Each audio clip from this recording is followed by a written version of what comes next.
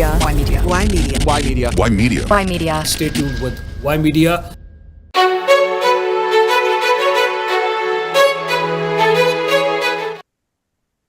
Hello everyone, my name is Yudhi Jaswal. I'm the group editor at Y Media, and today once again we are going to give you the follow-up on whatever is happening at Y Media Foreign Policy Report. We all know the deal didn't happen, not that we were expecting it, but when US Vice President J.D. Vance with Jared Kushner, Steve Witkoff, they all traveled to Pakistan, Islamabad, and they had a massive delegation from Iran. The expectations were there. Ramona ji, a warm welcome. How are you? I'm doing well. How are you today?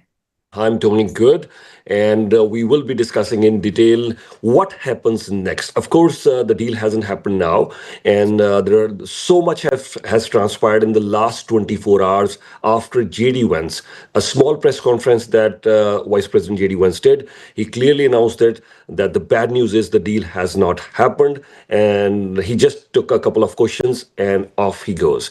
JD Vance clearly said this.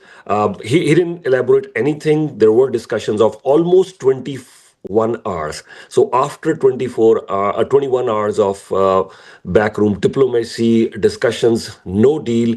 The only one reason he gave, he said, I'm not going to give out anything in the open. The negotiations are happening behind closed doors. But one thing he clearly mentioned, that Iran is not agreeing to not pursuing the nuclear program. So that's the reason. So, and Trump also mentioned that they don't want Iran to have a nuclear weapon. We'll talk about that. Was this the actual reason why the negotiations failed? Was this the nuclear weapon the only reason, or were there other reasons? We'll talk about that. What happens next? Trump is already threatening that he can take away Iran in just one day. He's again threatened to target the energy installations. Another aspect that he has escalated is Trump is mentioning that yes, the U.S. Navy is going to set a blockade. They're going to block the Strait of Hormuz. Any vehicle, any vessel that would pay any sort of toll to Iran, they would be blocked by U.S. Navy. So they're saying there's already a blockade by Iran, and then US says we'll set up another blockade by US Navy. So they're saying that yes, toll was being paid to Iran. Was that really being paid? Is there any evidence to that? We'll talk about that as well. Iran has clearly mentioned that no, the civilian vehicles are okay to go. The military vehicles will be dealt severely. So other than that, Iran has spoken with Russia as well. There could be a possible deal. The talks could still be on. Pakistan is mentioning that. So there's lots to discuss today. But the million-dollar question we'll try to address is, will Trump escalate this, or he'll still work out a deal? Where does Israel stand among all this? Where does China play? What's happening in Russia? Where does India stand among all this? What are the European nations saying? We heard Keir Starmer, he clearly said that we will not be part of any sort of placard. The British Prime Minister has clearly made a statement. Where does Canada stand in all this? We'll talk all about that. But Monaji, I want to start with you. Give us some sense, there's lots happened. Why this deal didn't happen? There's lots transpired after this no deal, bad news announcement. Bad news, I'm just, of course, it's not a very good news, but as JD Vance said, please go ahead. Yes, we all in anticipation waited to see what would have been the outcome of that initial talks, the ceasefire that was proposed for April 7th. And, there was 2 weeks given since April 7th. So we know that these talks will continue, even though the U.S. delegation has left Islamabad. We do hear that there's other talks still taking place between Pakistan and Iran. But, this ceasefire is until April 22nd. So there's still some time in terms of, it was put on the table and what Iran is going to come back with. I know that this was the case on April 7th when President Trump said, let's do a ceasefire for 45 days and, open up the Strait of Hormuz. For that basis, Iran saying, no, we want our 10 points for end of the war talks. And we all held our breath to see what would happen. So hopefully, this is going to be one of those situations.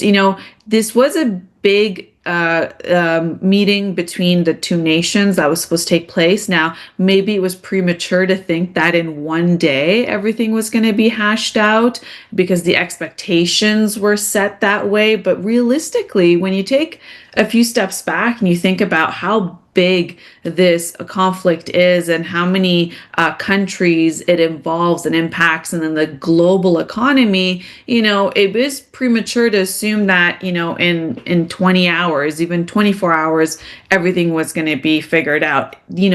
Iran's 10 points were huge things that they put forward that President Trump on his Truth Social post on April 7th said those are things that could be negotiated on.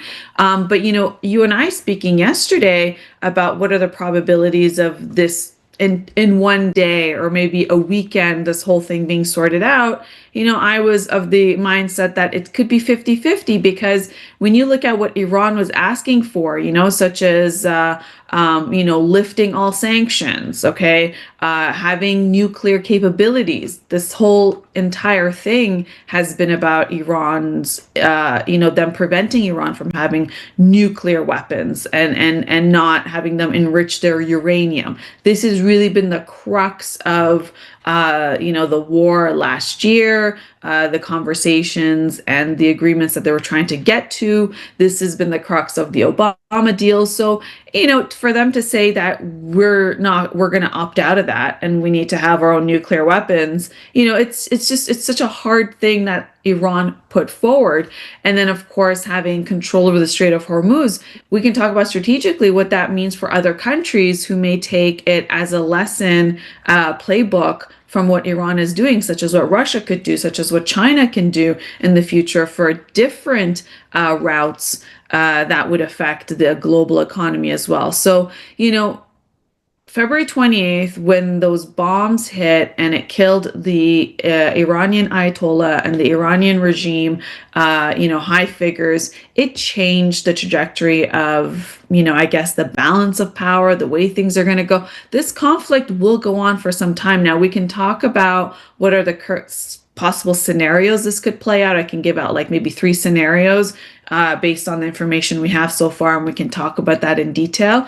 But, I would say that the expectations that were put up of that this could be resolved in a weekend is premature to even send JD Vance, the vice president. I think he was in a way set up for failure anyway because of those 10 points. And so how much bargaining ability did he really come with? That's another thing. And we know that maybe he was there as a supervisor of Jared Kushner and Steve Witkoff, who essentially botched the initial talks that, was taking place before this war, where Omani officials said, yeah, there's going to be a deal met, things look positive.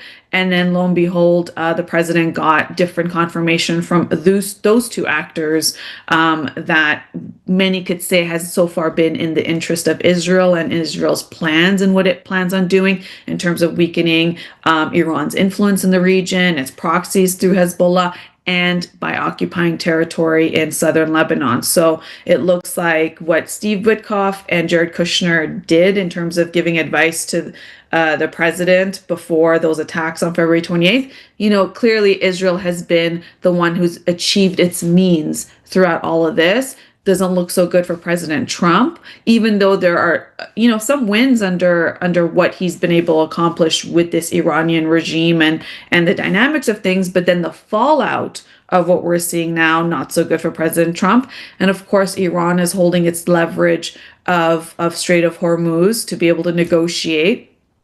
And and that what's causing the rift there is Lebanon and Israel are having their issue with Israel still attacking Lebanon. And then you want to zoom out a little bit and you see that all those GCC countries are held hostage, right? Such as Saudi Arabia, UAE, Qatar, Bahrain, Oman. They're the ones who are having to foot the bill on their production of oil reduced, their shipments reduced, what's happened in terms of strikes on their nation and them not retaliating. They're really the ones that have been held hostage in the middle of this entire thing. And of course, what the Lebanese people are going through. Yeah, Lots of important points that you've just made, and let me reiterate it once again. You're right. I mean, nobody was expecting the deal to be done in just one weekend, and the information that I'm getting is, and I'm reading quite a few newspapers also. So when I add up all that, JD Vance was a bit reluctant, to go there, and he knew this. You're right. I mean. I won't say it was set for failure, but definitely he also knew this is going to be very challenges because these are two extreme positions. As much as JD once mentioned that yes, the only one thing he mentioned during the press conference was that the deal didn't happen because they didn't agree to our suggestion that do not pursue nuclear weapons. So that's the only one thing he answered in the press conference. Other than that, he didn't say anything. But my understanding is in 2015, when Iran and US struck a deal, when they did a deal regarding nuclear weapons, Iran agreed to all the inspections by the international agencies. Iran agreed we will not pursue nuclear ambitions as far as making nuclear weapon.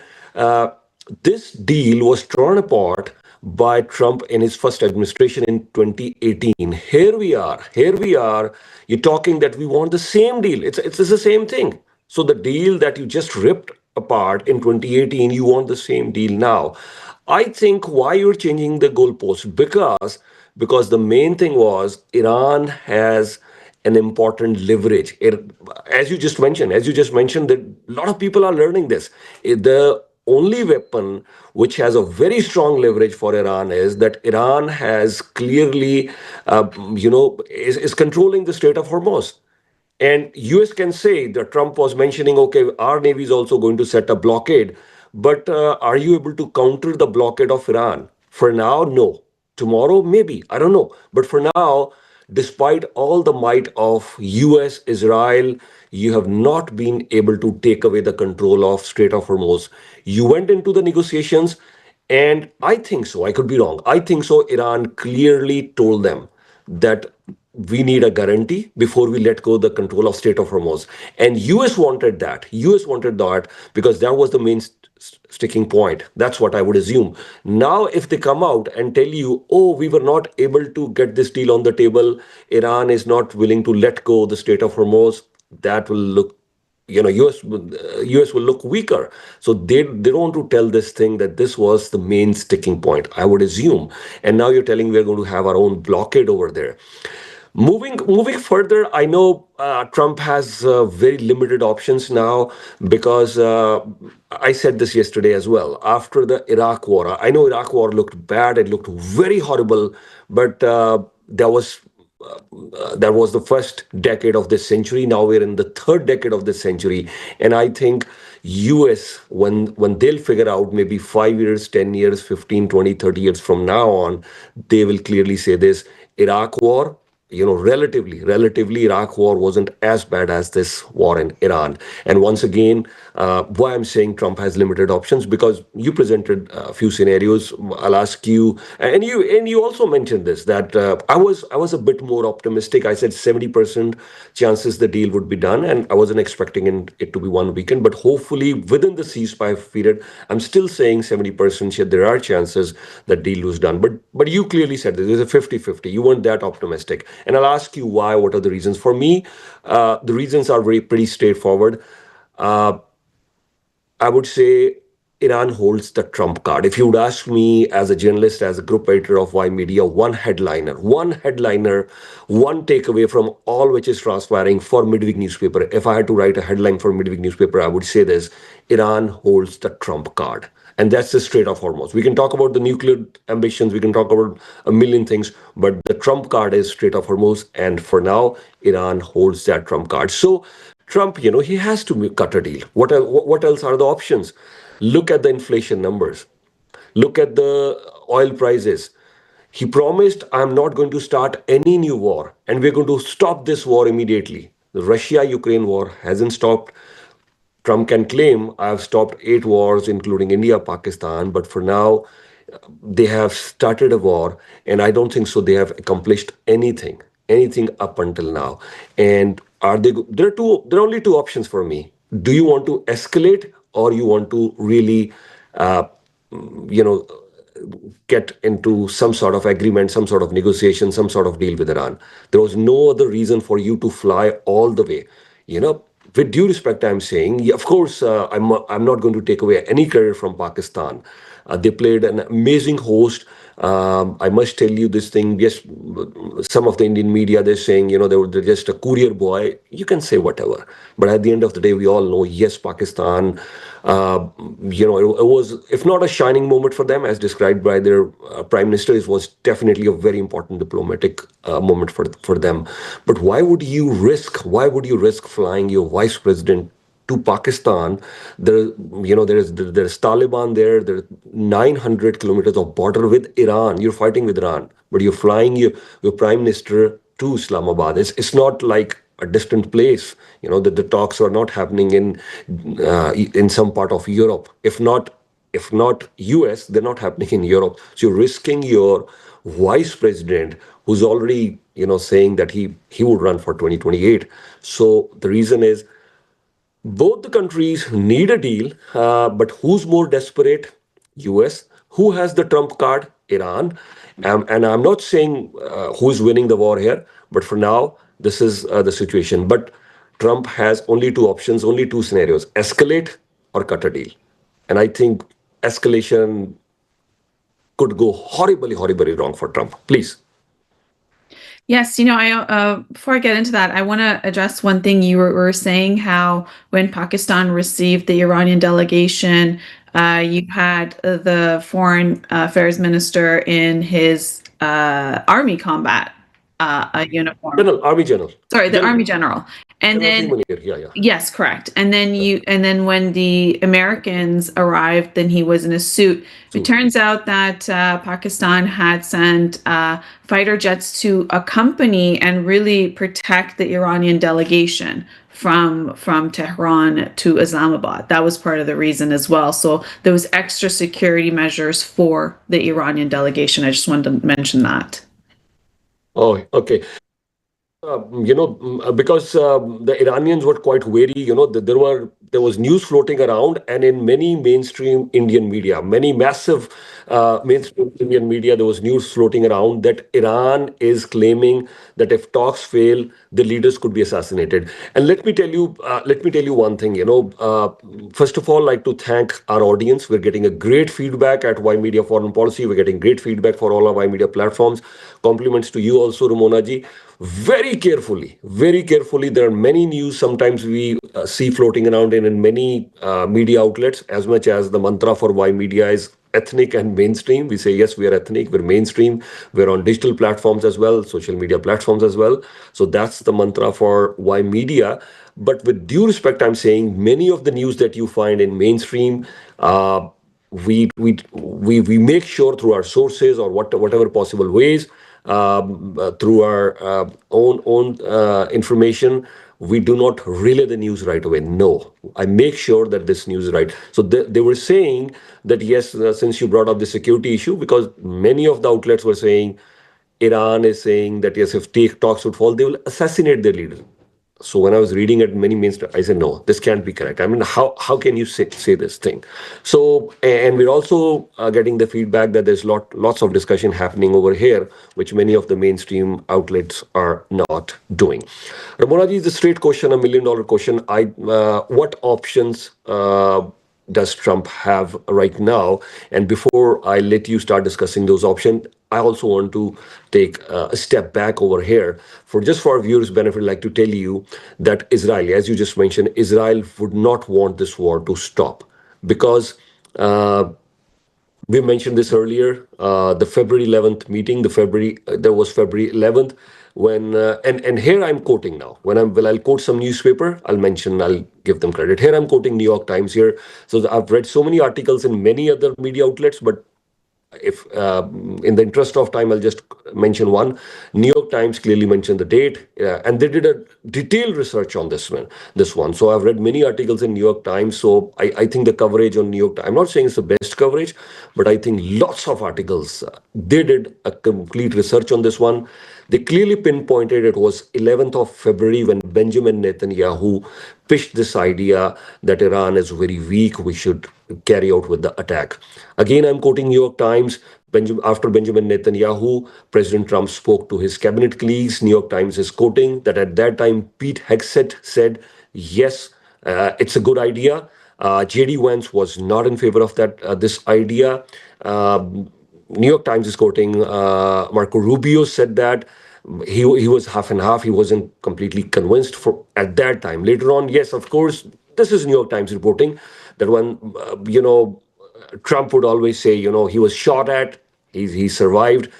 Trump came back, once again and became the president again. So he was trying to tell his cabinet, he's fought against all odds and has done very well. So cabinet, there wasn't much of an opposition, but initially this was the position over there.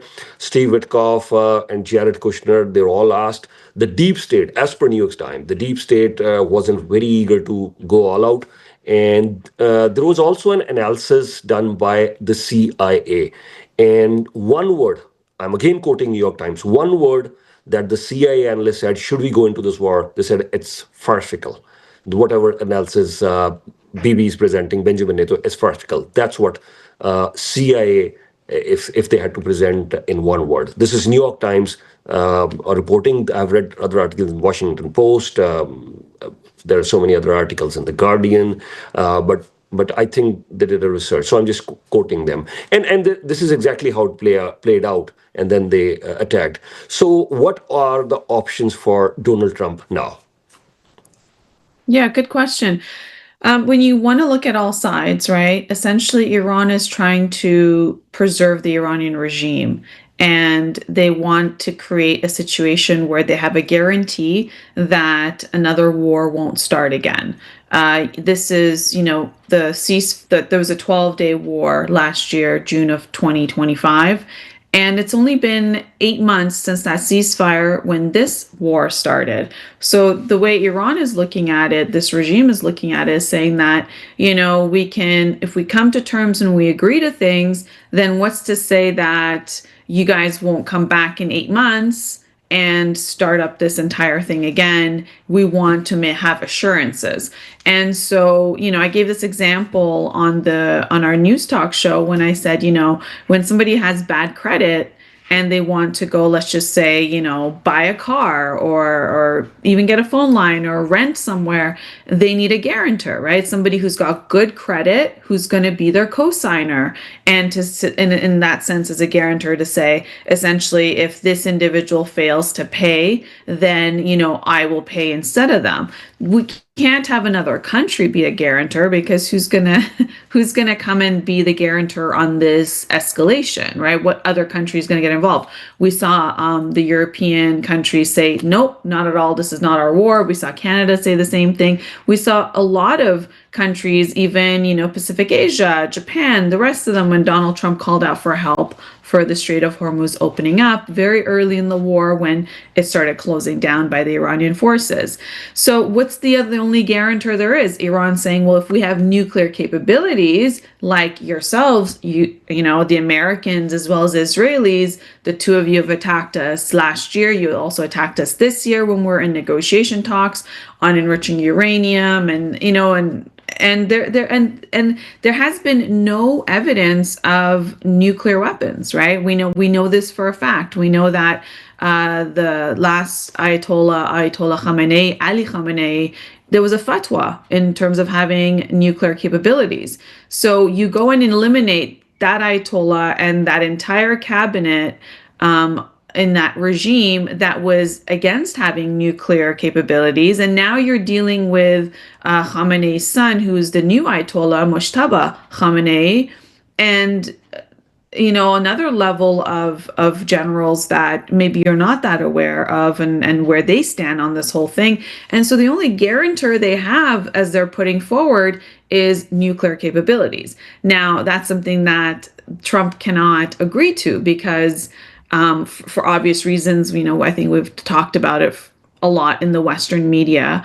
And that's something that Israel, of course, doesn't want their biggest allies, such as the United States, to agree on. So that's the sticking point. That's why I had a hard time understanding how is Vice President JD Vance going to figure this one out, while he's there to supervise Steve Witkoff and Jared Kushner, who were the initial reasons of this entire negotiation going sideways, right, prior to February 28th. So that's one thing. So then Iran says, shy of us having the guarantee of defending ourselves, such as becoming a nuclear power, then we must hold the Strait of Hormuz as a leverage point, right? And then in this way, and that's actually what that does, is that's even more severe. But then the Iranian regime is saying, okay, so we're going to have the Strait of Hormuz as our guarantor in the meantime until we can become a nuclear capable country. Because we want to make this very expensive, that if in 8 months again, just like June 2025 was the ceasefire, and then February 2026 was the bombing that happened with this war, that started this war, 8 months later, they're saying we want to make this so expensive that you remember that if in 6 months, 8 months, 12 months, you want to come and bomb us again because we're in a ceasefire talks, then this is going to be an entire expensive operation, and it's going to affect all your allies like Saudi, UAE, Bahrain, Qatar, the rest of them, right? So, and then of course the world economy is going to be impacted, not just on oil, but we're talking about famine. We're talking about, places like in Africa and India that use the fertilizer for domestic crops for domestic usage. So this is, it's massive in that level. But then how can Trump agree to Iran having control of the Strait of Hormuz, right? It does a couple of things in a very bad way, okay? One is that it's essentially telling its allies that have taken American bases in their country and used the American dollar to trade in oil when they could just use their own currency, because why should they use the American dollar? But that was the deal. You give us the American bases there, we'll protect you against Iran. You use the US currency to trade for oil, and then of course buy our debt in the United States. So that actually puts UAE, Saudi Arabia, the other countries, for old oil producing countries, as their main source of revenue. Obviously they're diversifying with everything else they're doing, but their main source, the engine that really moves their economies forward, is oil. Their productions have dropped in this escalations of these 6 weeks. Their shipments have dropped. So now you're actually saying that now we're going to allow Iran to be deciding whether you ship your oil, whether and then shipping, obviously you backtrack that, it's your production, right? If you have your estimated amounts of shipping and your contracts, you know how much to produce. And so all of that is then held hostage. So then that affects the US relationship with its allies in the GCC countries, and what is going to be their response eventually. We're going to wait for that. That's going to come soon, because they've been taking the brunt of all this in the region, completely making the place, which was supposed to be an economic safe haven for foreigners. We know those countries rely on foreigners. Do you think that those countries, their actual nationals work? No. You were giving me the numbers on like how many women work in Iran, and even though they have high literacy rate, take a look at UAE. How many Emirati women or men actually work? Those economies are run by foreigners. That's why they've created this entire mirage of like, this is a safe haven. You come here, you can grow, you can prosper. We're going to be the future of innovation. Saudi was doing that with their mass developments. And so now this has put everything into all of their future planning, all of their investors, everything into question. It's not a safe place. Now it's a big war zone, right? So that's already a massive thing. So now what JD Vance is going to be like, yeah, take the Strait of Hormuz and, hold all the other GCC countries as hostage, and then decide whenever you don't like our laws, or whenever Israel does something to its neighboring countries, which it has been for many decades, then you can just close up the Strait of Hormuz because we've now formalized your control on it. So that's not going to work for President Trump either. Like, whichever way you dissect this, what he started because of Jared Kushner and Steve Witkoff. And I'm only using them because they are Americans who were supposed to make a decision for American interests. I'm not even talking about Benjamin Netanyahu for Israel. He's got his own objectives. We're talking about the two people he trusted to send there in his official capacity to negotiate a deal on behalf of Americans who are taxpayers, and they did not choose to fund this war. And they gave the president really bad advice to get him to say, yeah, go ahead. Israel's going to bomb. You should go ahead as well. And now he's done something that is beyond his comprehension level, beyond his ability to understand how to get out of this, right? So he knew, Donald Trump is famous for giving 2 weeks, right? Because he knows that the way the media cycle works is that in 2 weeks, no one's going to remember what that issue was. And if he says 2 weeks, then he doesn't really have to come up with a solution. But now he's in such a situation of this massive escalation, when he says he did the peace treaty between India and Pakistan, yeah, that was between the two countries, massive thing that happened there, devastating, but it only affected those two countries. It didn't affect their neighboring countries when it comes to oil prices, when it comes to fertilizer, when it comes to everything else, right? What he ended up doing was he got into a conflict that now affects not only the regional players, such as the GCC countries, and then Pacific Asia, and then the rest of us, because look,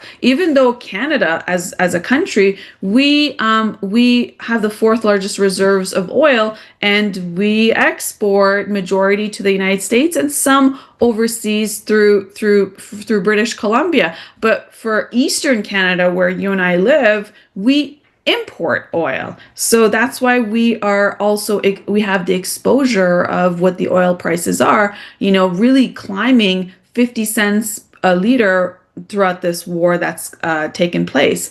So there's all of those things that, that I think, because of Steve Witkoff and Jared Kushner. And I'm going to really bring those two people up because, they're the ones who actually betrayed this administration to go forward. I don't know about Pete Hegseth. I know that he was, on TV, on Fox News, and maybe this is way beyond his capability. And maybe that's why he was strategically put there as the Secretary of Defense or a Secretary of War, whatever the new marketing title is for him.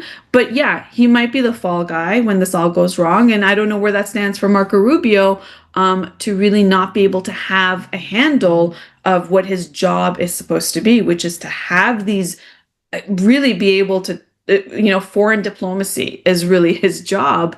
And under his watch, it's gone complete sideways. And that's the thing, like what has happened with what Iran how it's responded is the same reason why the Clinton administration didn't go to war with Iran when Benjamin Netanyahu, I can't say his last name properly all the time, when Bibi tried to get them to go to war. The Clintons didn't agree to it. Then you had the Bushes that didn't agree to it. Then you had the Obamas that didn't agree to it. Then you had even Biden administration that didn't agree to it. The only administration that agreed to go into this war is the Trump administration. And Trump said, day one, day two, my son-in-law, Jared Kushner, told me to do it.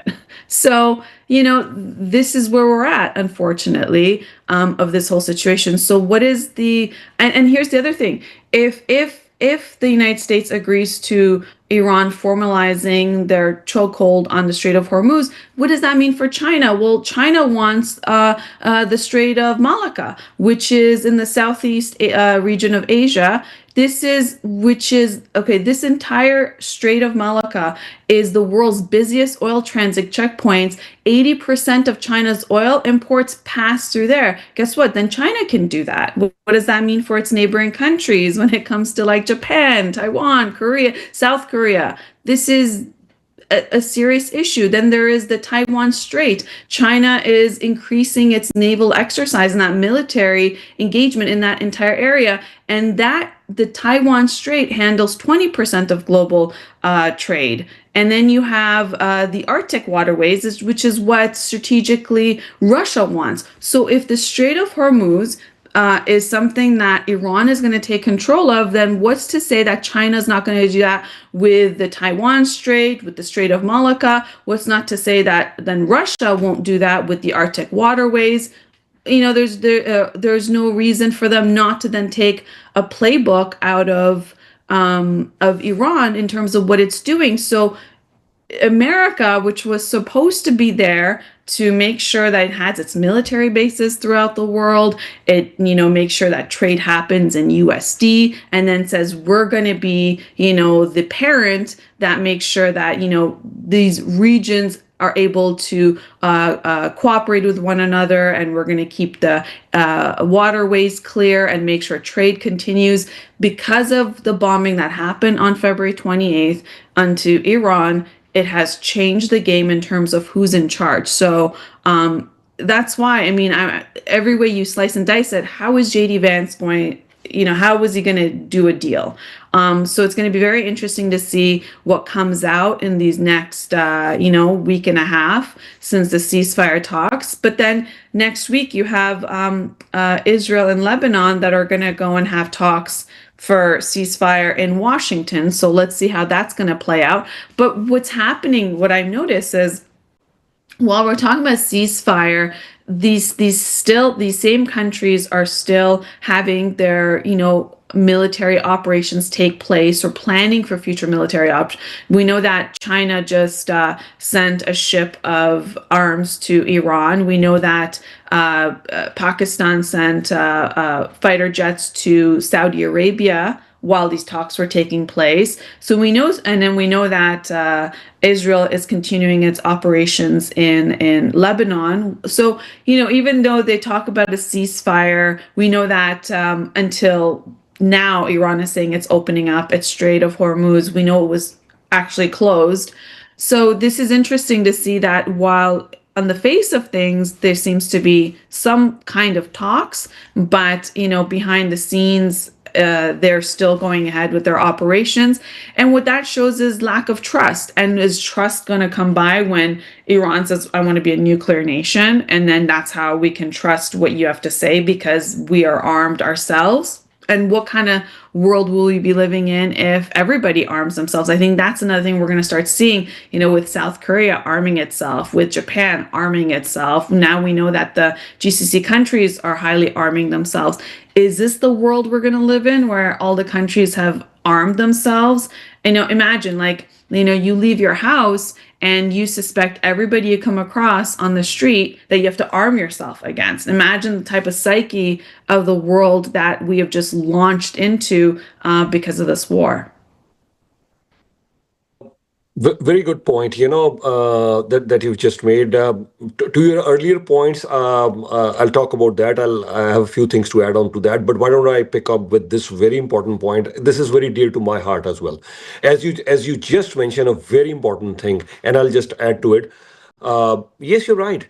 Every single nation on this planet would at least be thinking that should we increase our defense spending? That's number one. That's the biggest casualty of this war. The biggest casualty of this war, other than yes, we have lost human lives.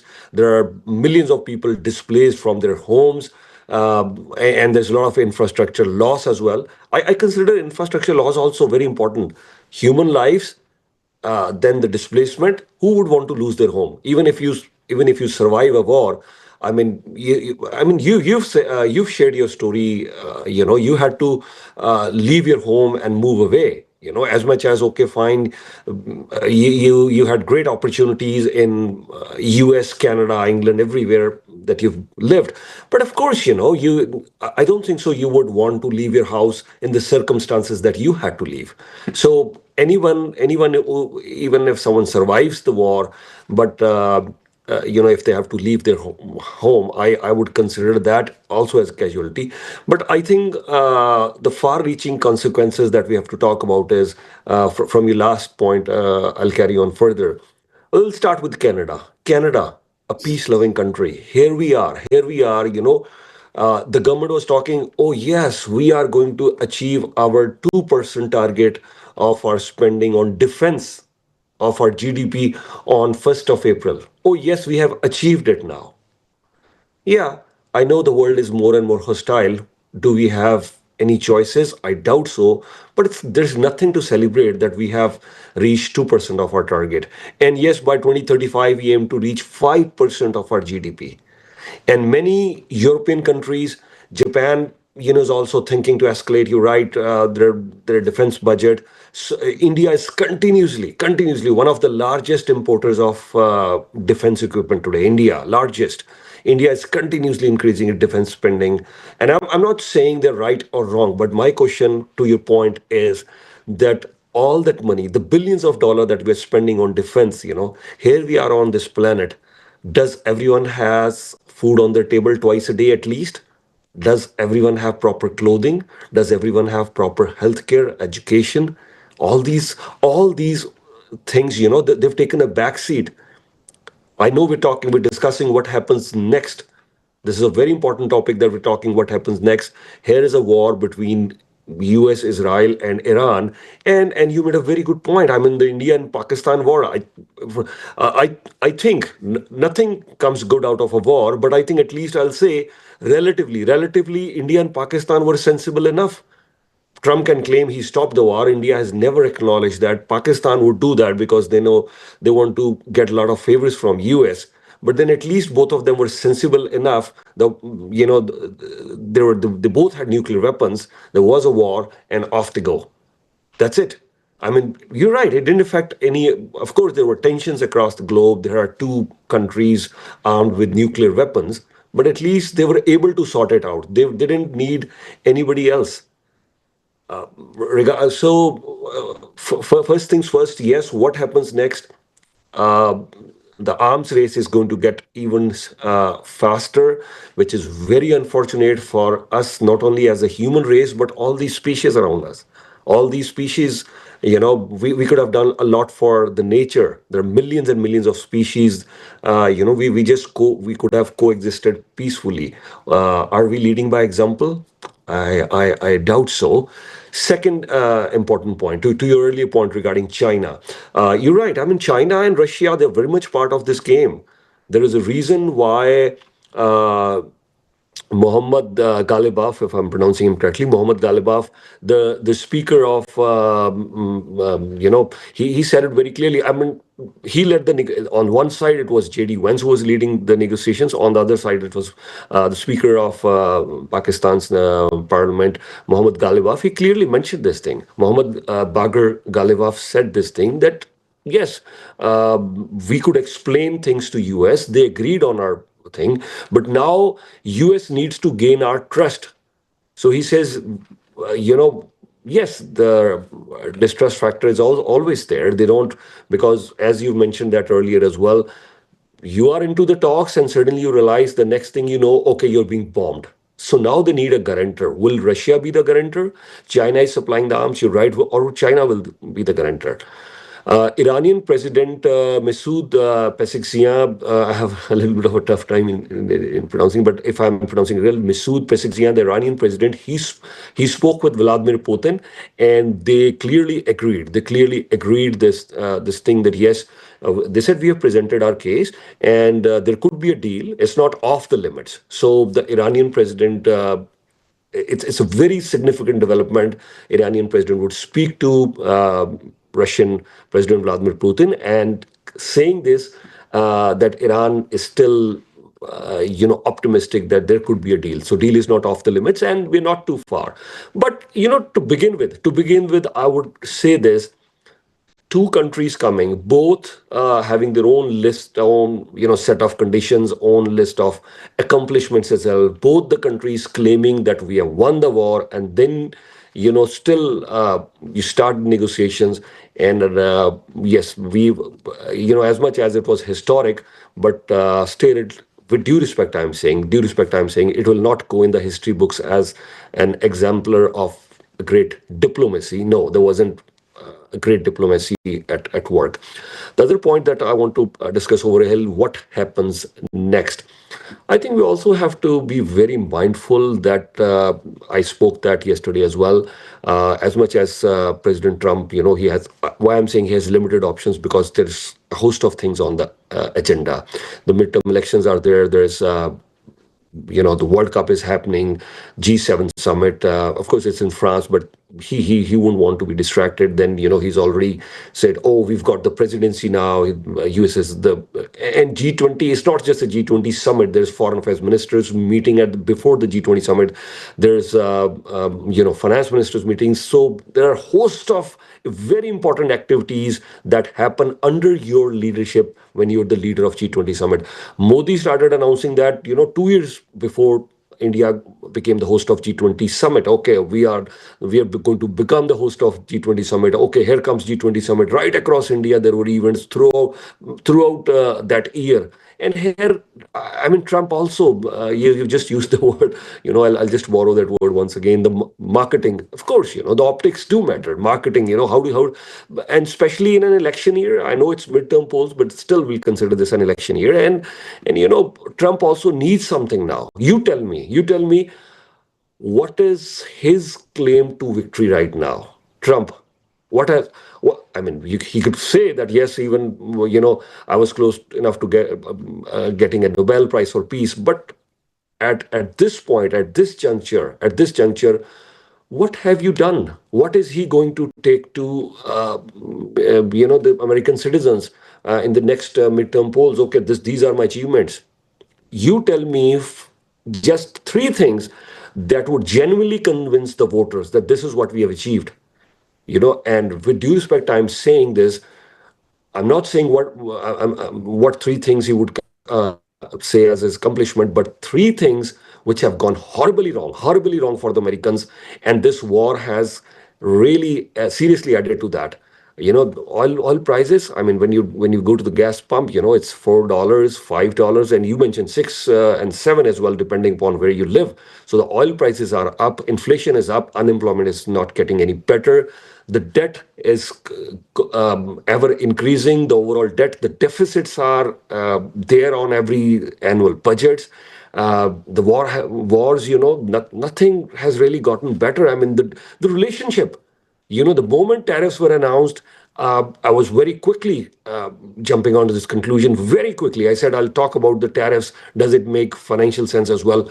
But the relationship with Europe, with Japan, with South Africa, with South Korea, with India, with the Philippines, with Canada, the relationship has gone so bad. Yeah, you've lived in America. You have very strong connections in US and everywhere. You tell me, have we done anything right? Please.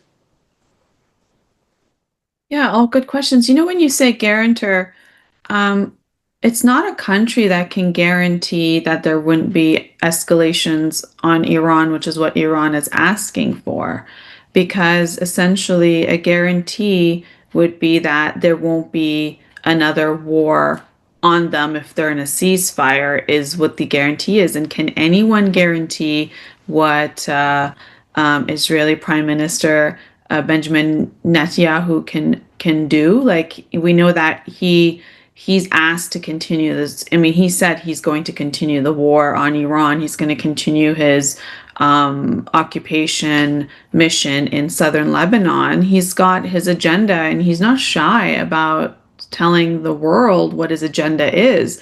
So there's like, who's going to be able, if their biggest ally, United States, that funds Israel significantly annually, and we can go through the list of countries like in Europe and everywhere else that actually do fund Israel.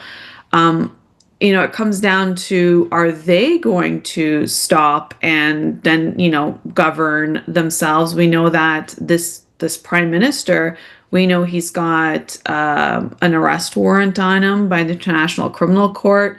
We know that Israelis themselves are tired of these long wars, from what's happened in Gaza to this continued operation now in Lebanon. And we know, getting missiles hit from Iran and Hezbollah and everything else, Hamas. It's a lot for the Israeli people.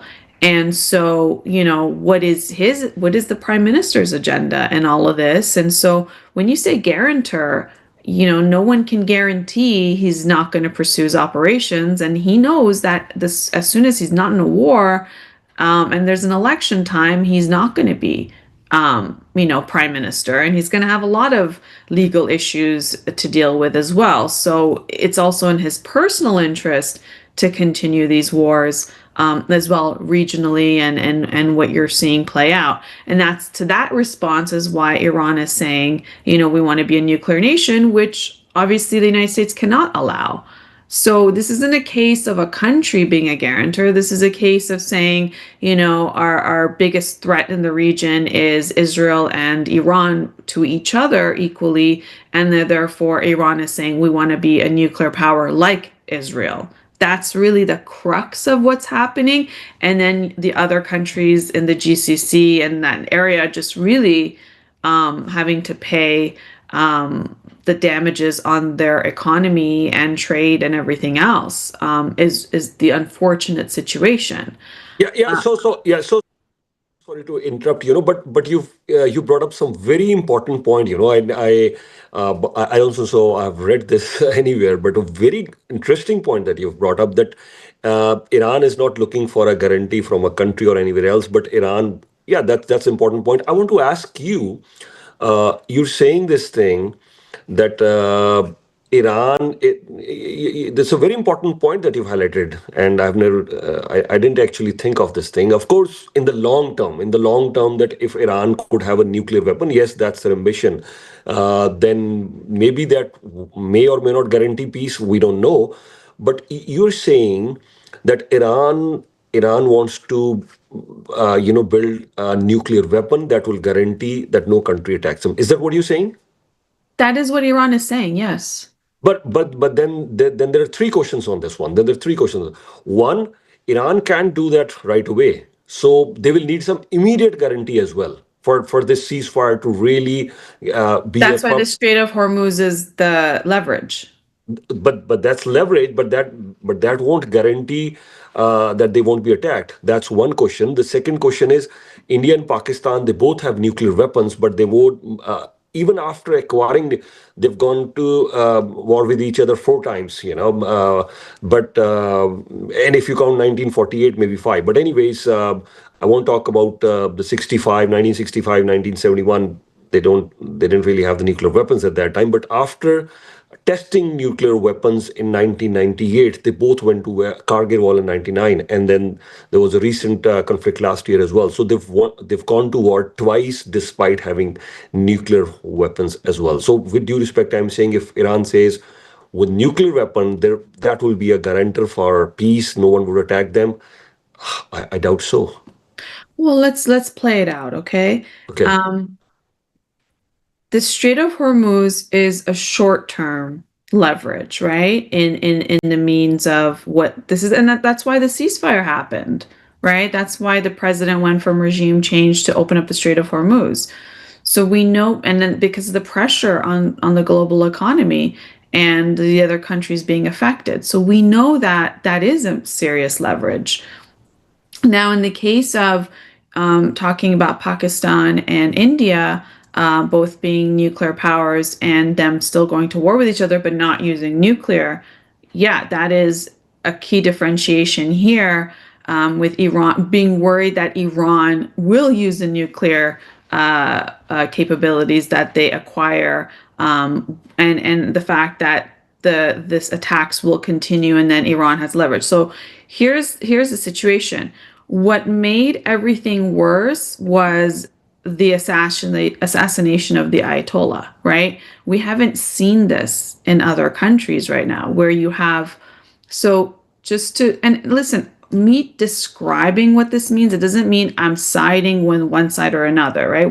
We have to talk about things intelligently by what the actual situation is on the ground. My job here on this conversation is to explain very complex geopolitical situations and give context to it from a human perspective and what's happening locally, right? And what each government is thinking about, right? Like I just talked about what the Israeli prime minister could be thinking about, what are his top priorities, whether, it doesn't mean I agree. Trump's top priorities doesn't mean I agree, or Iran's side. So let's make that clear, because I know these are very sensitive topics that could really have a reaction for people listening to it.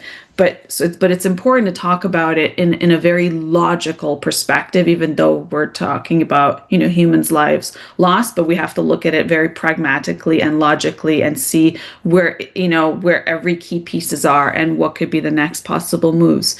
So when it comes to Iran, yeah, the scary part there is that, if they become a nuclear power, which is what they're saying is the guarantee that if a nation's going to attack them, such as the United States or Israel, because the other nations haven't, like India's never attacked, the Arab world that you saw never attacked. Egypt's never attacked, even though Bahrain, Qatar, Saudi, UAE got attacked by Iran. They never retaliated. You see that, right? So the only from this recent experience is only if Israel and the United States attack, and they're superpowers in so many ways, but more specifically when we're talking about nuclear.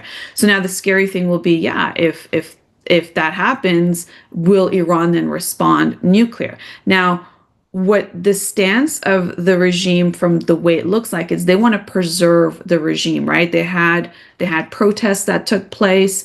There have been talks. There've been, this entire movement from Iranians across the world, Iranians in the country, as well as what we heard President Trump talk about, regime change. So even though all this has happened, they're trying to create a solidarity front of maintaining this regime. It's been there for almost 50 years. They want to continue it. Now, the assassination of the Ayatollah is very significant because he wasn't just the leader of, the Islamic Republic of Iran. He wasn't just the leader of a political party. He was the leader of Shia Islam. Okay. And that's, and what in Shia Islam, there is a supreme leader. The Ayatollah is a supreme leader who is second to God in terms of interpreting what Islam and what the fatwas, what the laws are, and how to proceed. Essentially, the supreme leader that can veto anything in the government, can veto anything, because he is supposed to be the ultimate guy after God, right? And there is a council that of jurists, as well as what do you call them? People who have, the ability, that know the jurisprudence and understand Islamic law, that essentially would pick the next Ayatollah, okay? Which is why then they picked his son, even though Ayatollah Ali Khamenei said, my son should not be the leader, because this isn't this isn't monarchy where, it runs in the line. It should be the next best person that this council will choose to be the next Ayatollah, supreme leader. And we know that fatwa, which is Islamic law, that the supreme leader chooses, can change from the next Ayatollah. So Ali Khamenei's had a fatwa of no nuclear weapons. Now under his son, who's the new Ayatollah, that could change as well, right? So there's that entire thing.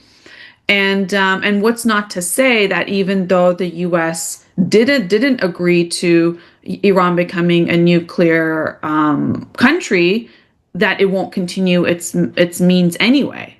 There's no guarantees now, right? There's absolutely no guarantees, which were frame guards that were there with the previous Ayatollah, right? So this is a very clear distinction.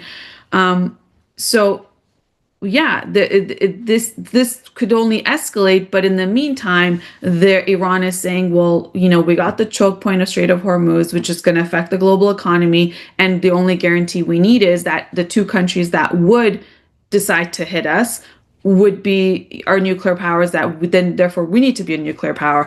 And at the same time, they're trying to also send a message out to anyone who's thinking about going into war with Iran, that's going to be very expensive and it's going to be costly, and there's going to be no quick solution. So everyone would think twice, 3 times, 10 times before they would like to challenge Iran. But unfortunately, what we have with the prime minister in Israel is that he has his own agenda, and he believes that a war with Iran has been a great distraction from the world on what his mission is in southern Lebanon, right? And that's something that he wants to continue. Do you think the prime minister of Israel wants everyone to have peace and then for him to have to go govern his country's affairs, and then all the litigation and everything else that's coming his way, and what the Israeli people actually, want him not to be there. We know that the Israeli people wanted him gone even during what was taking place in Gaza. But in a time of war, there is no elections, or there is, solidarity behind the prime minister. What we've seen in Ukraine take place. When was the last time Ukraine had an election, right? So, or when was the last time, you're seeing there were elections in Russia, but, those are also disputed in terms of if there was an actual opposition. So this is kind of where things are at. And I that's why I doubted that this weekend they're going to figure all this out, because the interests are so far on each end of the scale that it's very hard to find a middle ground. Now, mind you, maybe these talks continue, but we know that it could be a matter of time before there's another missile that hits either place. And we know right now Iran won't hit Israel, but we don't know because they usually respond. But but in the last two cases of February 28th and last year in June of 2025, it was Israel that launched its attack on Iran and then started the war. So there's nothing to say that that won't happen in the next little while. And will President Trump, I think his only safe bet here for possible ceasefire for a short period of time until talks continue, is that if it can control what the prime minister of Israel actually wants to do, and if it can actually say, settle down, and maybe that's part of the bargain. This is unknown. Was there a bargain that, Israel can continue its military operation in Lebanon, but they have to hold back on Iran? And that's why they're allowed to do it. And that's why no one's really doing anything about it. And maybe that was part of the bargain between Israel and the United States. But what really shocks me is that this whole G7 countries, like, where are they? Right? Like what? How come we can't hear them? How come it's crickets? I know they put like their posts and they take like maybe 10 minutes or maybe 5 minutes in their media coverage to talk about it. But, you just had the liberal convention take place for 2 days. And like, how much of that did Prime Minister Carney really talk about? How much of that did our foreign affairs minister Anita Anand really talk? Like, where are these critical people? Like, what happened to the G7? Like, okay, NATO is not going to respond because this wasn't their war. Okay, the European Union, but what is this thing about the G7 that like it's just like everyone's sitting on their hands and just watching this play out? And everyone's scared to say something. Everyone's scared to do something. No one can call President Trump out. No one can do that to Israel. No one can say that anything to Iran. Like, what is going on here? And like, who's in charge? Do we not have adults in the room? And I think, what we're seeing here is we already saw this in Canada and the United States, where the Americans went and voted for an outsider like President Trump, who was never a senator or a governor or a House of Representative or any of that, right? Nothing. He went from a private citizen to becoming the president of the United States because they were tired of politicians. And I think he ran a campaign of drain the swamp, right? And the deep state and everything else he campaigned on. And Americans said, okay, we want an outsider who's going to fix this problem because we don't trust politicians. In Canada, you had the same thing happen. They elected Mark Carney and they didn't trust the 20-year MP, Pierre Poilievre, and they definitely didn't want the likes of Justin Trudeau anymore, another politician from a political dynasty, right? They're saying we want an outsider. And now we're watching that the outsiders, I mean, it's yet to see. Mark Carney's only been there for a year. President Trump, it's his second term. But, this is what the reaction is. So what's the next step when citizens are disappointed by their elected officials? First, it was politicians. We don't trust politicians. Let's go bring an outsider and make them into a politician. Maybe they can fix the problems. Maybe they can be honest.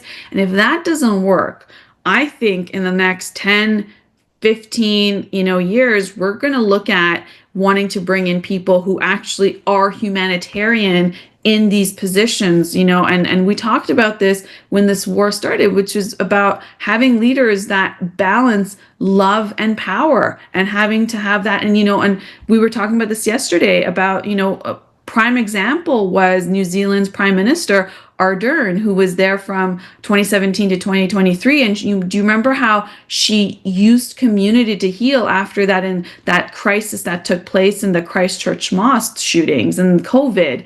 And I think when we're watching these leaders worldwide, some staying quiet when they're part of the G7. What does the G7 mean? It means these are nations that are leading and making decisions for the rest of the world, and they've, and these are the civilized nations, and they're setting the tone for the world order, and they're staying quiet. Their involvement is next to nothing in all of this. What does that mean for them? So when we have leaders that will just write about killing a civilization in one night, never to be returned again, and when we have leaders that just want to expand their territories, regardless of the country, whether it's Russia, Israel, or wherever, or when we have regimes like what you're seeing in Iran and elsewhere, who will, numbers of their protesters, 35, 40,000 people of their own people killed. The numbers that came out from the humanitarian agencies of those protests that took place before this war in Iran. When you have this level of like mass mass lives lost, and some are, some of those things are genocides that are not called genocide. Some of those things are just brutal in the way it's being carried out. You have to ask, like, what type of people and their mental, we talk about mental health so much, right? Like, mental health has been a topic of like how we need to have better mental health. What is the mental health of these leaders that are able to sit in a room and negotiate or not negotiate, come to terms or not come to terms, but really affecting the global community? And there's more of us. There's 8 billion people, and yet we have a handful of people who are in charge. And what is their level of psyche and mental health that they're making these types of decisions and taking these types of actions? So I think, on a greater, when you zoom out, I think we're going to have massive changes of what the people will put forward. So aside from this election year in the United States, I think even in Canada and elsewhere in Europe, I mean, at some point, I think, enough is going to be enough. Yeah, you know what? The human side of the story is kind of lost and not talked about that much, other than the numbers. I mean, thank you for first of all highlighting all these very important points. And I'm going to ask you also a few questions. You're right. You're right. I mean. Where is the leadership? You're right. Where is the leadership? Because what else do we expect from our leadership?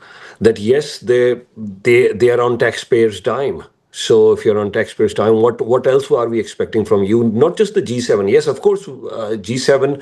It's the group of the most powerful, most richest. I mean, they have not included even South Korea in that. Why? Because they say, oh no, we are elite group. Where a G7 is a group of the most richest nations. But where are you? You're the most powerful, most richest group of nations. But your question is absolutely right. That where are you?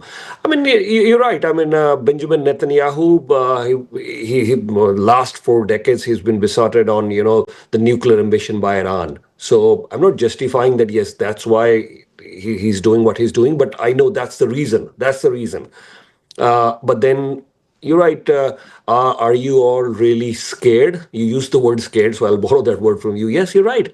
I mean, you just question that, are you all scared? But I'm saying it quite explicitly that yes, I think most of them, if not all of them, most of the leadership is scared to ask any questions. Yeah, go ahead. Sorry. Yeah, then why run for office? Like, the reason we have a prime minister, we have defense minister, we have foreign affairs minister, we have them because we want to go, we the citizens who pay taxes are going to live our lives, we're going to go to work, we're going to take care of our families, That's what we need to be busy with. They need to be busy with taking care of the country, the current objectives, the future objectives, positioning this country, and being able to have allies and open dialogue and get things done. That's why they run for election. That's why we elect them.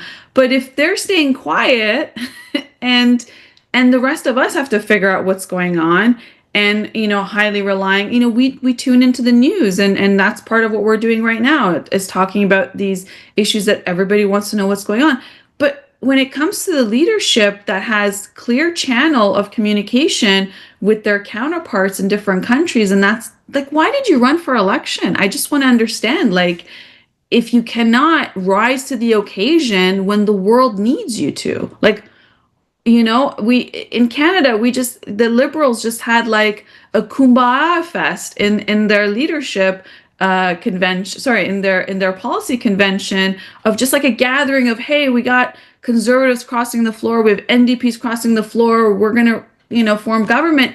Great, but why are you so quiet on things that are affecting us? Like, the reason, if we want to talk about Canadians being affected, okay, gas prices that are going to lead to prices in the grocery stores and everything else, that affects Eastern Canada because there isn't an east-west pipeline, right? Like, where's those? It was a policy convention. I didn't hear anything about that, right? Like, about Canadian oil being used to be able to service Eastern Canada. I didn't hear anything about. That's why we have the exposure with the market rates, even though we're rich in natural resources. There's no plan. There's nothing. There's a policy convention and no policy. I know that our colleague Shubi was there, but I don't think Shubi even heard anything. I didn't recall him saying that I haven't read anywhere in the news. So it's like, what are these gatherings, and why are you running for election, and why are you running for a job that you cannot fulfill? And that's my question. And I think we can ask that of our elected officials, because they're supposed to be doing that while we're supposed to be living our lives and managing our lives in our communities. And that's the agreement we've made with our government. We will be law-abiding citizens. We will pay our taxes. You please take care of our country. And yes, that includes when our neighbor to the south, has put tariffs on us, has talked about taking over this country, and now is in a war in another country, and we don't have. And as great as it is for Prime Minister Mark Carney to go travel the world and try to have trade agreements for Canada, what is the Canadian plan within Canada when it comes to intergovernmental trade? What is the plan when it comes to east-west pipelines? So Eastern Canada, like the likes of Ontario, Quebec, all the Nova Scotia, British Columbia, PEI, the rest of them having access to oil that's produced in Alberta. Like, what is the plan? Because our refineries are able to refine foreign oil more than it is of Alberta when it comes to the eastern provinces. This is the level of conversation I would expect at the Liberal Policy Convention that just took place for 2 days, not a big party fest of, we're so great, we have MPs crossing the floor. Okay, fantastic. But can we go back to the taxpayers? Can we go back to this entire issue? And I raise this critically because if Trump is a big fail on his administration, that he pulls out of the Middle East, because he even said, you recall, midway through this war, a few weeks into this war, he says, you know what? I want NATO to respond to this because you guys need the oil from this region, right? Because the prices in Germany have gone up when it comes to their heating, their gas prices, even in the UK, because they rely on the oil from the region. So Trump said, you know what? Why are we responsible for managing this? You guys need it. We don't need the oil. You handle it.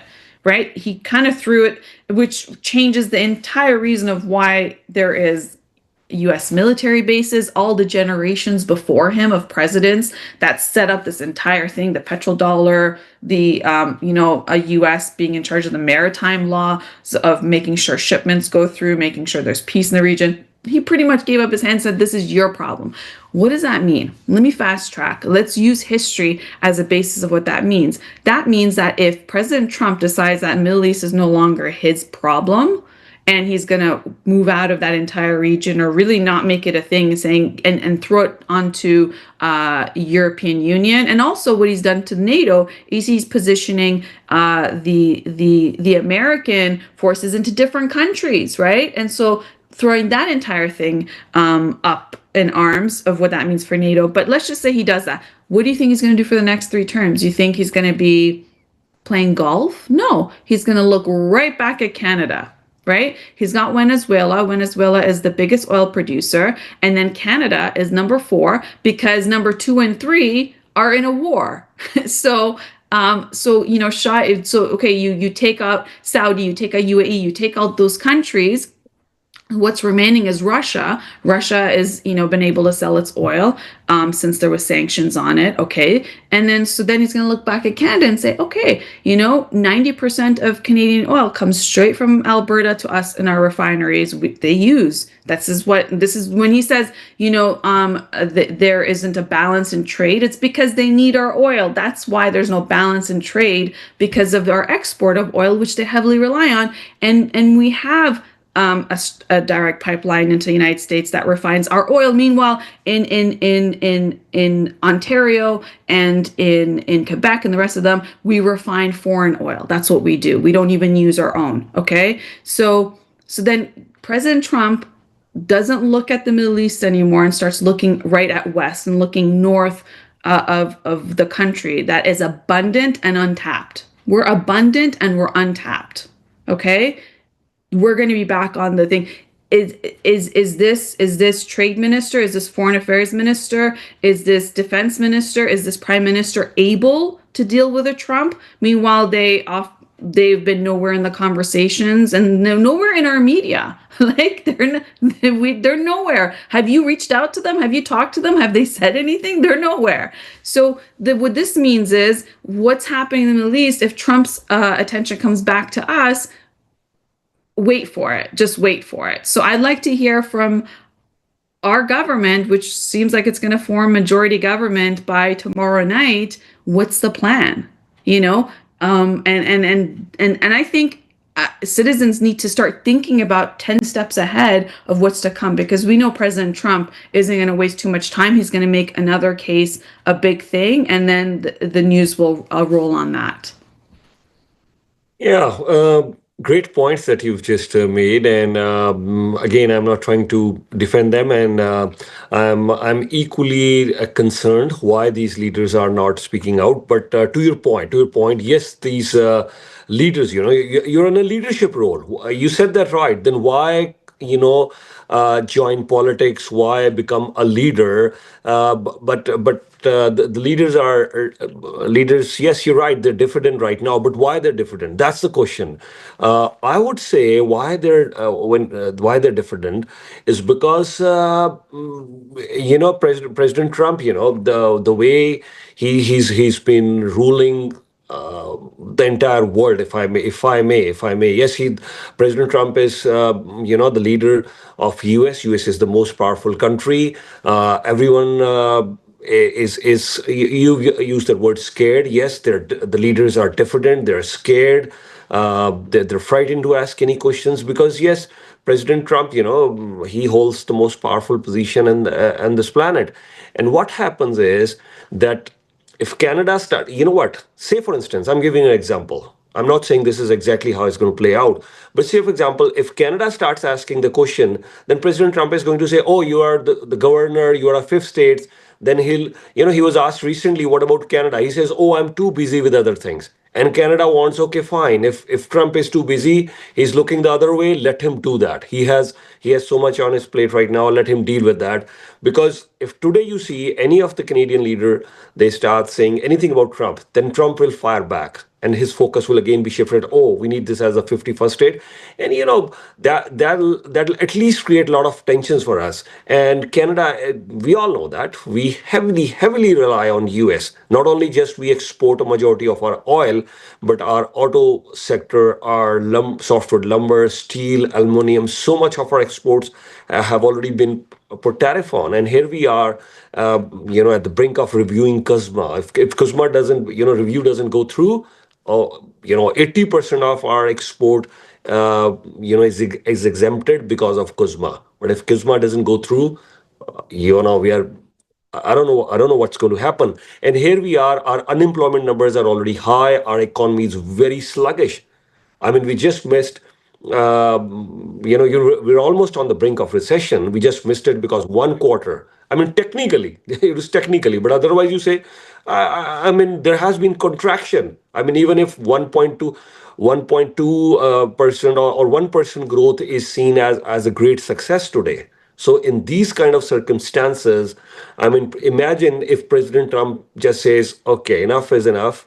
I know you said enough is enough the other way, but we also have to be pragmatic in approach. And I'm again saying this. I'm with you on everything. I'm with you on everything. I'm equally concerned. I'm equally concerned, and this is exactly my point too. The leadership. What else are you becoming the leader for? Why would you move around on taxpayers' money? Why? Because every single aspect of your life is being taken care. I mean, you go to the office, you have the staff, you fly around, you have the best of the meetings, you have the best of the hotels to stay, you have the best of the food. Everything is at your disposal. The security staff, a million other things that the taxpayer is funding right now, and you have the authority to do so many things. I mean, you could make rules, so many other things. But I'm presenting the other side of the picture too. We have to be a bit pragmatic too. I mean, look at what French President Macron got from President Trump. He even exposed his personal text messages. Keir Starmer, Spain, then India. With due respect, even India right now. I mean, just today, that's the headline you will see at the bottom of your screen right now on the breaking news. Just today, President Trump has threatened China. President Trump has threatened China with 50% tariffs if you keep on helping Iran. Actually, he said it. Any country which would help China, they will be slapped with 50% tariffs. And he was asked on Fox News, the Sunday morning show, that are you including China in that? He said, yeah, of course, China as well. So China included, he's threatening 50% tariffs. With India, 36 years of diplomatic effort, 36 years. Madeleine Albright goes to India. After 98 sanctions were imposed on India. So 36 years of diplomatic efforts, right now. Uh, I was just witnessing India's Air Force chief. He was in US. There were some joint drills, so many things happening together between India and US. Not just the India's Air Force chief, but India's foreign secretary Vikram Misri was in US. He was welcomed in White House. He also met Vikram Misri also met Kash Patel there. So and India and US are talking free trade agreement as well. Trump hails that, yes, you know what, we are going to do a free trade agreement because the European Union says it's the mother of all deals or the father of all deals. So now Trump wanted to really say this. No, it's not just the mother, but this is the mother and father of all deals. We're doing $500 billion. That's the bilateral trade that is going to happen between India and US. Or then suddenly Trump says, oh, the $300 billion investment we are attracting, 50 years, no refinery. So all these things are happening. But during these headlines, and I've always used this thing, story behind the headlines. What is the story behind the headlines? Are really US and India that good? Are they really that great of partners? With due respect, I'm saying the relationship has just it's just a transactional relationship now. With Trump, that's the thing. It's just a transactional relationship now. So I mean, all these leaders, they're, if I may borrow your word, scared. If not scared, they're frightened. They're wary. They're diffident. This is the position of all the leaders right now. They don't want to say anything because they don't. Okay, at one point, Trump is aiming the guns. Okay, it's Iran right now. Yes, Greenland. Maybe he's looking at Greenland, Canada in the he has. Okay, here is a phrase that I'm coining it right now as we speak. Trump has 15 things in the rear view simultaneously. So Trump has 15 things in the rear view simultaneously, but everyone wants Trump to be focused on the front screen. And right now on the front screen he has Iran. On the front screen he has China. He has Russia, Ukraine. So all those 15 things in the review, none of those countries want to come on the front screen. That is a challenge. And there are billions and billions of people. India with a population of 1.4 billion, they don't want to risk. Even Canada with a 42 million population, do we want to risk our relationship? I agree. You have to be a statesman, you have to be a leader. Where is diplomacy? Where is G7? All these questions are fine, but I'm talking about the pragmatic approach as well, please. Yeah, that's what I meant when I said we don't hear them. I'm not saying that our ministers should go on air and say bad things about the president. That's not what I'm saying, because that's not going to be good for us. What I'm saying is, if you recall during COVID, you had every day you had Krista Freeland, who was, I think she became deputy prime minister at the time. She was on there, and if you recall, procurement minister Anita Nunn was there every day giving and then Trudeau would show up every day, and then there was Ford that would show up every day, and they were talking about what critical issues and what to do, what not to do, and people were tuning in because it looked like our leaders were hands-on, right?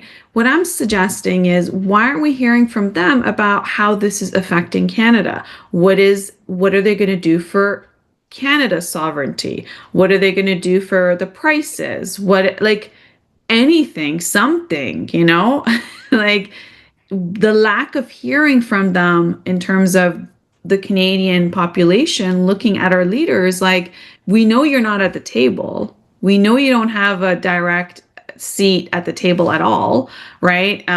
Even when President Trump said, I need help with opening up the Strait of Hormuz, he was really inviting people to the seat at the table.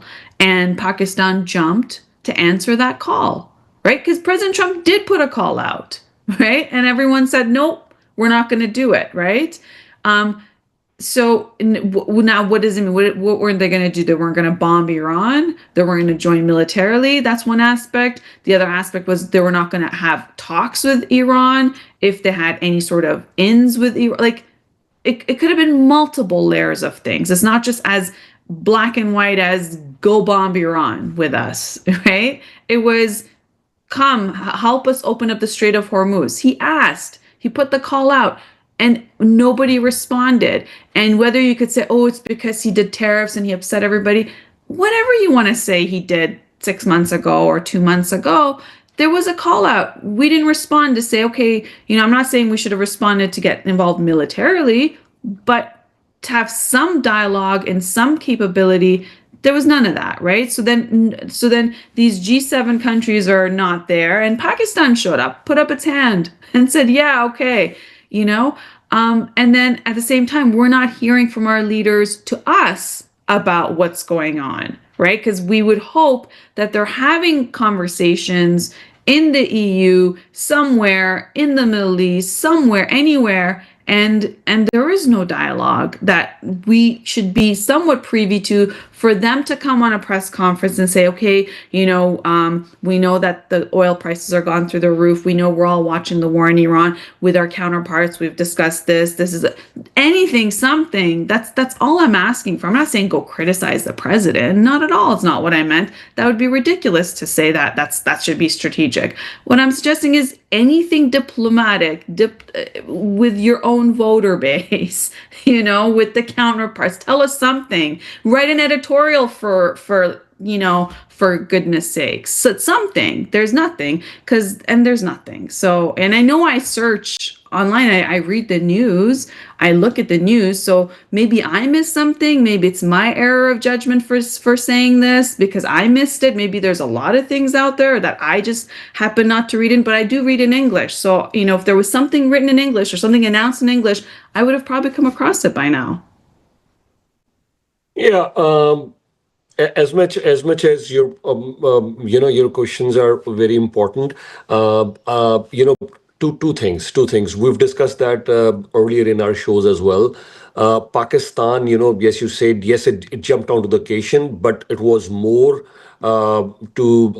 get closer to US rather than to facilitate anything for Iran. And actually, Iran also knows all this, but Iran has very limited options. Iran is losing friends by minute. Iran has attacked all the countries, almost all the countries in Middle East. So Iran doesn't have many friends over there in the Middle East. So of course Iran has to rely on someone. Iran talks to Russia, Iran talks to China, Iran talks with India, Iran has a good relationship with the Pakistan as well. But I don't think so that Pakistan did all this merely for Iran. That is one question, and I will address that. But as far as your question, yeah, your question is right that yes, there should be other countries stepping up. Yes, there should be other countries who should be stepping up. Russia, we just told you the headline that yes, the Russian President Vladimir Putin did have talks with the Iranian president. So there are other countries who are trying to discuss a few things over here. India has been in regular touch with the Iranian leaders. Actually, India has also supplied some sort of support for Iran as well. It's not a military hardware, but India is supplying some sort of support to Iran. So India's Foreign Minister Vikram Misri, India's External Affairs Minister S. Jaishankar, India's Prime Minister Narendra Modi, they have all been regularly in touch with their Iranian counterparts during all this, and that's why Iran has let go any oil to India. So any oil that was dispatched, any natural gas that was dispatched for India, India has had little trouble. I'm not saying no trouble at all whatsoever, but little trouble in getting all that. Actually, India is also buying Iranian oil as well. So all levels of government, at the prime ministerial level, at the leadership level, at the foreign ministry level, with the Abbas Araghchi at the foreign secretary level, even at the consulate level or the embassy levels, India and other countries, including Russia, China, they're all in touch with Iran. But I've highlighted this before. Nothing to take away the credit from Pakistan. We all must acknowledge that. We all must acknowledge that Pakistan tried its best. Pakistan did an amazing job, and I wish the talks resume again, and we are all in for a relief. This war is over. I think if you ask my opinion, I want a permanent ceasefire. Permanent ceasefire. Yes, of course. I'm not expecting. I have to be realistic. A peace deal. Which will last a lasting peace forever. That will not happen, but at least right now we are looking for a ceasefire. But if I may, I've highlighted this before, but I can talk a little bit in detail today. When we're talking about Pakistan, we all must remember what will happen if tomorrow, let alone US, there's a lot of discussion US might get Pakistan involved against Iran. There's a lot of discussion. I will not go into that today. I've discussed that many times earlier, and I'm not saying that is the case. No, I'm just saying there is a discussion that US says you have a 900 kilometers border with Iran, attack Iran. Okay, leave that aside. I don't want to talk about that, and I don't even know whether US would really do that or you just said that. Let's talk some facts here. Iran and Pakistan, okay, facts. I don't know the exact date, September. We covered it and I've discussed many times. September 2025. Pakistan and Iran, they've made a clear agreement. Sorry, Pakistan and Saudi Arabia, they've made a clear agreement in September 15th or 17th. I don't know the date. Anyways, 17, I guess. In September 2025, we've done so much discussion on that. A clear agreement. If one country is attacked, it will be considered as an aggression on the other country. So they have a clear agreement. Iran, another fact. Iran has been consistently attacking Saudi Arabia's energy facilities, oil facilities, their infrastructure. I think one of the Saudis has also been killed in this attack. At least one, there have others been injured. But a massive attack on their infrastructure, including one of the biggest, the Jubail petrochemical factory. They've attacked that as well. So there are massive attacks on Saudi Arabia. And we're hearing this news. Pakistan has deployed fighter jets. Here, here is Iranian delegation landing in Pakistan. Here is Iranian delegation landing in Pakistan. Pakistan is sending. Now, let me say this very clearly. Usually, I don't quote any news which I'm not 100% sure, because there's no such thing as, oh, this news is 99.9% accurate, right? So, this part of the, now I've mentioned the facts. Now, this part I've read in multiple places, but this is something I'm not 100% sure. So, I must mention it that beforehand. But here is an Iranian delegation landing, and there is news that they have sent thousands of troops to Saudi Arabia. But again, I'm not sure. But as part of the agreement, if Saudi Arabia says this to Pakistan, Pakistan will have to do that. I won't be surprised that the same day they have sent fighter jets to Saudi Arabia. I will not be surprised with that, because Pakistan has nowhere to go. IMF is saying you're you're violating the conditions. IMF is saying them, one, you have to maintain your foreign reserve in double digits. Pakistan was on plan to get on to double digit of foreign reserves, 20 billion. But here comes UAE.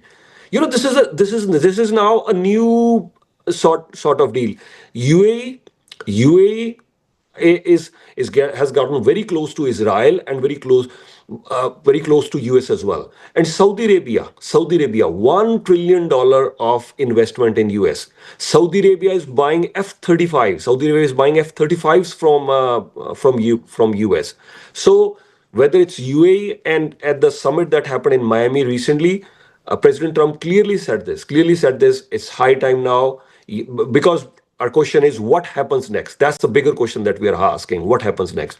So they're already, the new world order. They're already drawing new alliances. They're already drawing new maps. US President Trump clearly said this at the Miami summit, Abraham Accords. It's time now, Saudi Arabia, you have to recognize Israel. And they're already on the way forward.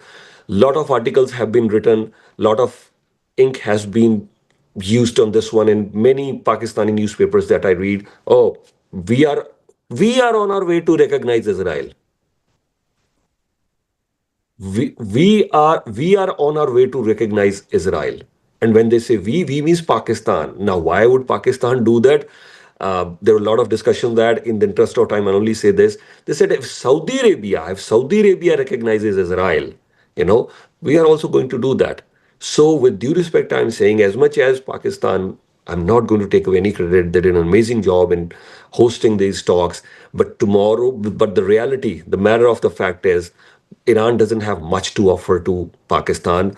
Pakistan has strong alliances with Saudi Arabia, with US. The ties are, for now, they're transactional with both those countries, but Pakistan has no options. Saudi Arabia, UAE is pulling out money. China doesn't want to lend any more money. China says, oh, we've already CPEC. They invested 50, 60, even maybe $70 billion in CPEC. They said, we're not getting anything out of that. There's so much of terrorism over there. There's so much violence over there. You can't handle. The Chinese workers were being attacked there over there.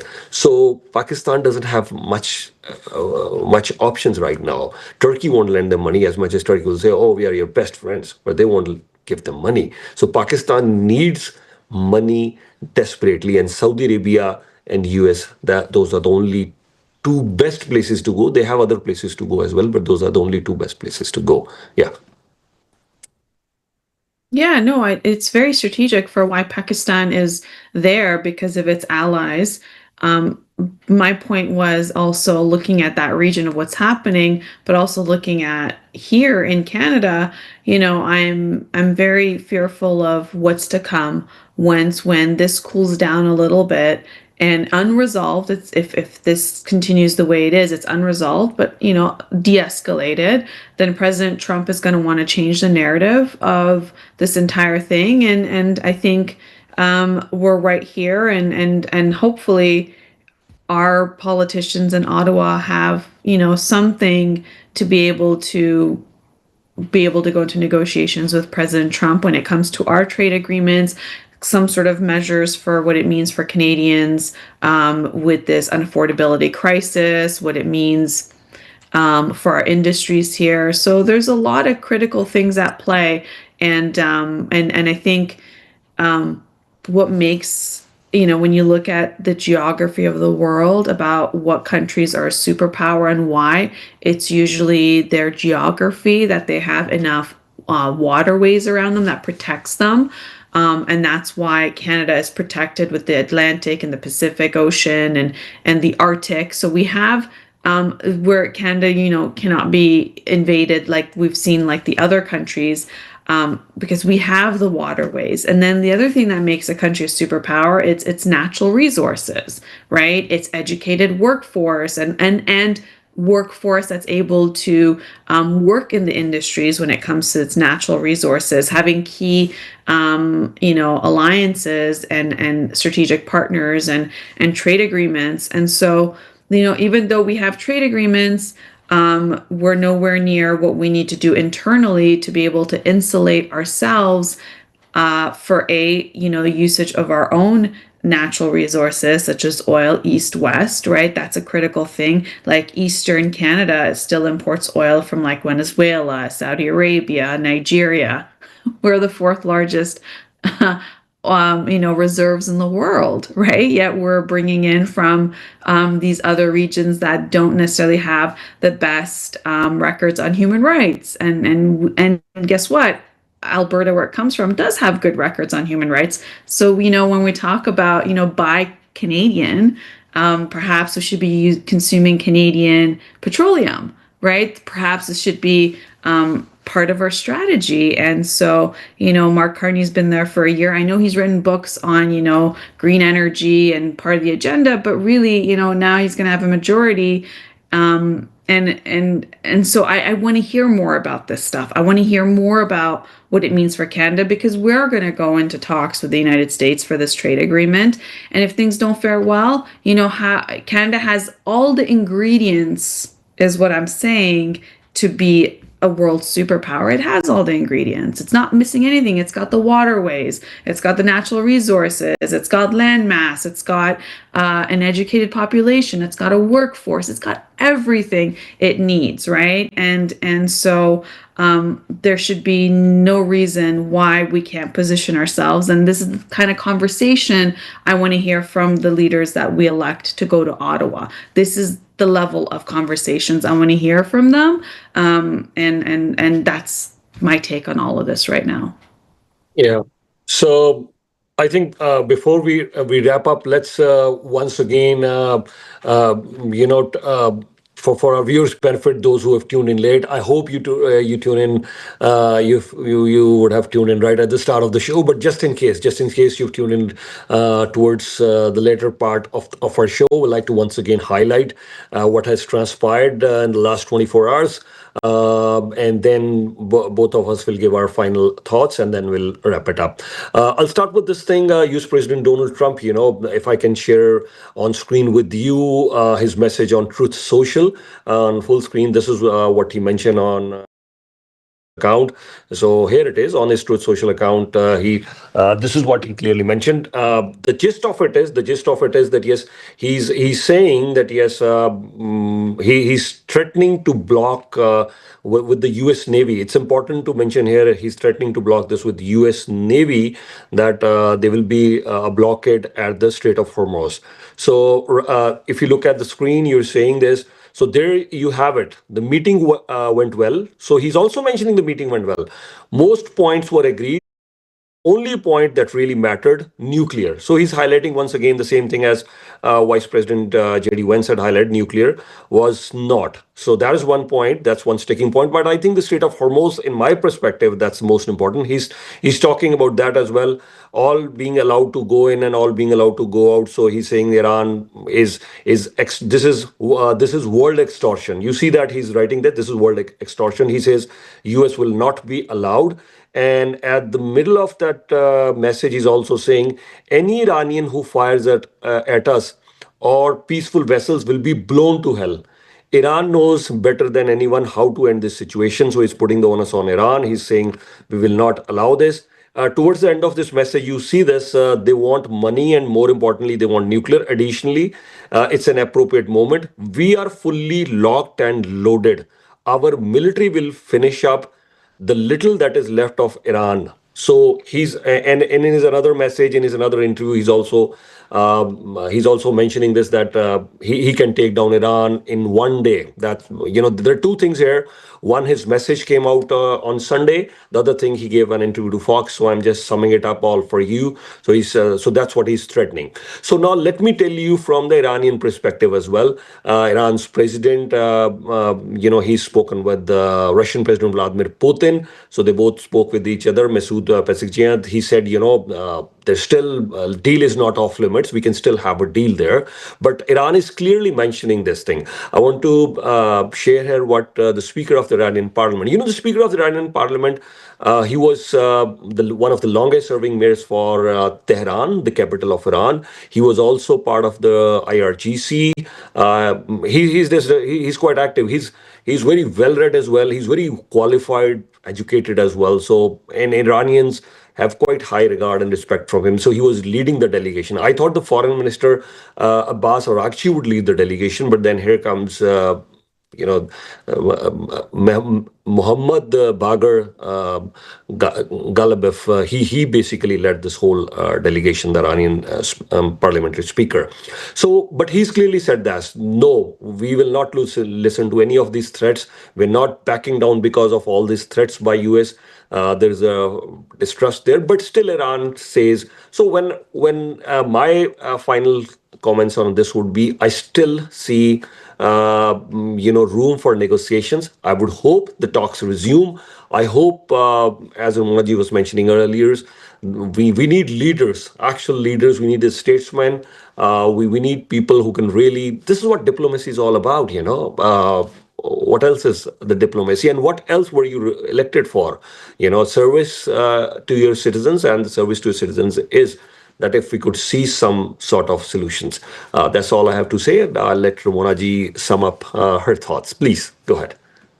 Yes, I think I think the expectations that were set that there was going to be negotiations, that they would come out of it in 1 or 2 days, and we'd have some sort of an agreement. I think that the expectations were set too high. Something more realistic is that conversation between the two nations need to continue. We know that the stance from Iran's perspective on the 10 points, which is nuclear capabilities, having control of the Strait of Hormuz, sanctions being lifted, all of those things, and of course the proxy war that we're seeing take place, both Hezbollah and Israel, and what it means for Lebanon's southern border. Those are all big things that Iran put forward, and these are things that I guess has stopped in lieu of coming to an agreement. And as you said, Iran said that vessels are going through, except military, as a response to President Trump. So, again, and then of course, when President Trump talks about, eliminating a civilization, and the way he talks also makes Iran also say at the same time, we need to become a nuclear power, which I don't think anyone in the world would feel comfortable with that. But, again, this lack of diplomacy in the way that one is speaking is what also escalates the situation. So when President Trump goes on Truth Social and writes this type of stuff, then you have Iran pushing even harder for some of these 10 points that they want to, to come to terms with to end this war. So that's another thing. Had Iran said it's going to end the civilization, God forbid, in the United States, and and all the things that President Trump is saying, if Iran was saying that, or another country, it only escalates things. So I think that's another aspect, that when they were in the meetings this weekend with Vice President J.D. Vance, that, President Trump was still writing this type of stuff on his Truth Social, which doesn't really fare well for diplomatic talks. So in an era where we do need diplomacy, we're not seeing so much of that in terms of the level of language that's used on social media. But of course, we're going to keep an eye on this developing story, and we're going to see what it means for this week ahead. And so you want to stay tuned with us, because we're going to be back tomorrow to tell you what has happened in the meantime. Yes, definitely. We will be back once again tomorrow, and let us tell you that right here at Y Media on all our platforms, Channel Y USA. In case you are in US, please you can watch Channel Y right across US on Sling, part of the Dish Network. In case you're in Canada, Rogers 857, Bell 828, TELUS 2418, Ignite 707. You can watch us on all our digital platforms, on YouTube as well. This is, if you're watching on YouTube right now, please do subscribe to us. So we will be keeping you posted with all the latest happening right across the globe, in Canada, in US, Y Media Political Sensex, Y Media Foreign Policy Report, Y Media Business and Wealth Report, Y Sports, Y Entertainment, and Y Lifestyle. So we'll try to keep you posted and updated in all these aspects. And just a quick one, I think there are also discussions. There have been unconfirmed reports for now that Russia could also, Russia is also offering some sort of mediation. So maybe they heard you. You're mentioning that earlier.